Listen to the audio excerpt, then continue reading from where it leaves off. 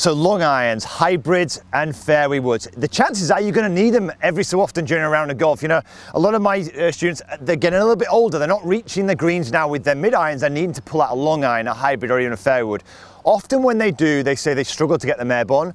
They're often topping the golf ball. They're not making solid contact and they're certainly not hitting it as far as they could. In this video, I'm going to show you how you can hit your long irons, your hybrids and your fairway woods so much better. We'll start with contact and then we'll start to show you how to hit that little ball a little bit further. But before I do, look, if you're new to the channel, it's one of your first lessons of mine, please consider subscribing. I release videos just like this every single week to try and help you improve your game. And as always, you never have to remember a thing. I'll always put a free downloadable practice guide in the description box below. So like all good shots, it starts with a great setup and it's super important you get that setup right with these clubs. So let's start there. Now, you and me, we both create a circle in our swings, right? And at some stage, this club is going to strike the ground. Now, ideally, what we want to have is I want you to create a circle here that has a low point to that circle that is underneath your lead armpit here. Now, if you're hitting a 7-iron, you don't want to strike the ball there. You want to strike the ball before it gets to the low point. Why? Because you want to strike the ball first and you want to take a divot after the golf ball to get that lovely positive strike. But the problem is if you move the ball position into a 7-iron position with a hybrid or a fairway wood, what you've done now is I've got 20 degrees of loft on this club. I have now, look, taken all that loft off.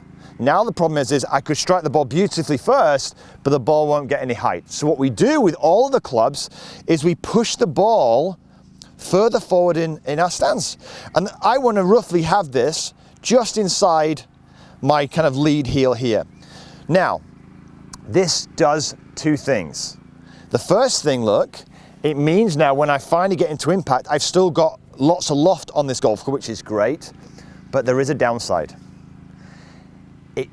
The reason why these are difficult to hit is the more you push the ball forward, the more chance you've got of hitting the ground slightly behind the golf ball, which is why these clubs are harder to hit than your other clubs, all right? We just have to accept that.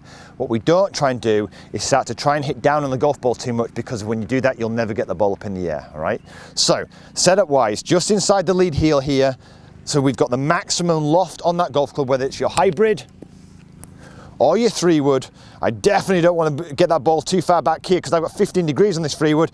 Now I've got loads more than 15 degree shaft lean. That ball's never going to go up in the air. Now I've at least got a chance. So start with a great setup. So that's an absolute beauty, and that's going to get fairly close, but I'm still going to be probably 30 or 40 yards from the green. I've got, look here, look, 316 yards to go. The chance of me getting on the green is 0, right? But I've taken here a 3-wood and I'm probably going to be 30 to 40 yards away. Still going to give me a chance. But how did I make such beautiful contact with that shot? Well, this is what I do. This is tip number 2. You'll notice here I've taken no mark on the ground. I've just literally grazed that ball off the surface. I don't tend to do that with an iron. I'm more striking a divot. I take a ball and I take a divot. But with this, nothing. Now, how have I done that? Well, we've already achieved the first bit. We've moved that ball, look, forward in our stance. The next thing I want you to do is this. It's a really great image.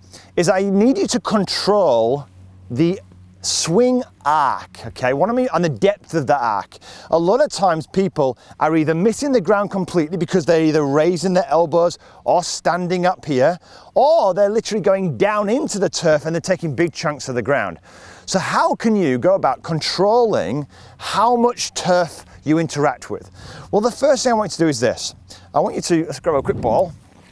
I want you to get yourself set up. And I want you to, first of all, picture in your mind the club grazing the ground. Not digging, but literally grazing that ground. Now, one thing that really helps my students is to imagine their chin is almost resting on a shelf. I'm keeping that on the shelf all the way back and all the way through. I'm not letting it drop and go bang into the shelf. I'm just resting it on the shelf.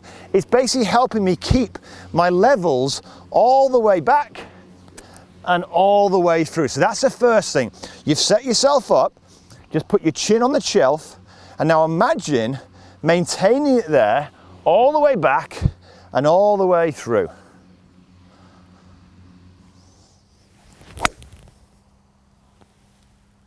Look at the height on that one, that's an absolute beauty. So, the other thing, maybe a little bonus here before I jump onto the next tip actually, number 3.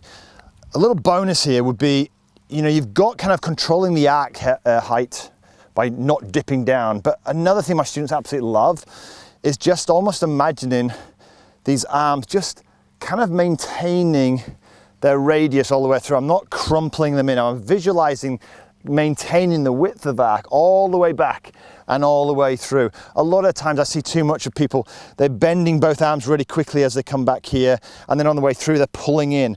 Just imagine those arms almost from here. Look, I'm just browsing through. I often get people to do this, just glide through, keeping those arms nice and straight all the way back, and it's really just maintaining again the arc depth. If you're constantly changing it, it becomes really difficult. So little bonus tip there for you before we move on to tip number 3. So tip number 3, and my students absolutely love this one. It does so much. So we said about, look, controlling your arc depth, but what about the arc itself? So I get them to use the fish's tail, and all it is this. I want you to imagine your trail wrist just hinging backwards and going forwards, just like this. Simple as this. Now as I'm doing this, I'm visualizing an arc going up this way and then back down. What this does is it creates a beautiful arc and it creates a natural release through the shot. Now this is completely different to what I see with most people. Most people are either lifting, pulling, rolling their wrists, but the fish's tail does so much. It doesn't just get you beautifully on this arc like this, it's doing one crucial thing. It's controlling your club face. Most problems coming down are caused by an open club face. The face is wide open. Where's my wrist if the face is open? It's this way. If my wrist is back, look, where's the face?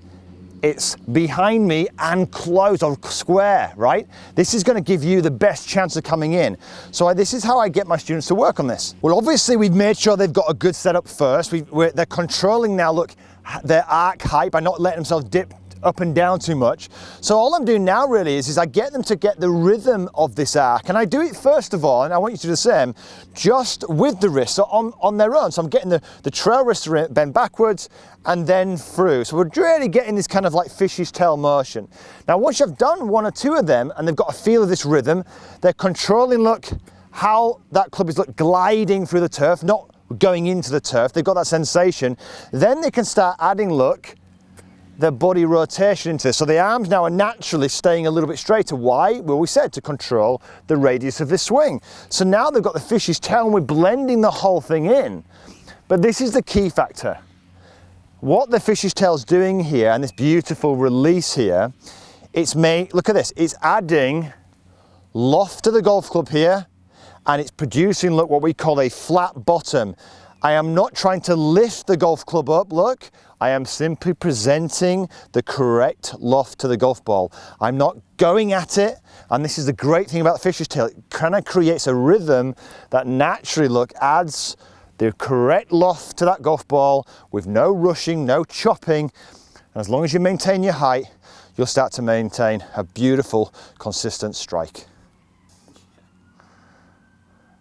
This is the guy in the bunker there. If I push this slightly, I might get quite close to him, so I'm probably going to avoid him just a little bit, aiming a bit left. Remember, fairway woods are tricky to hit. Even professionals miss their intended direction 90% of the time. That was a stat I showed you earlier by ShotScope. So I'm aware of this, I'm not going to be crazy. I'm going to aim a little bit more down the left to make sure I miss him. And let's get cracking again. Let's get that fish's tail working. Imagine that loft look delivered beautifully back to that golf ball.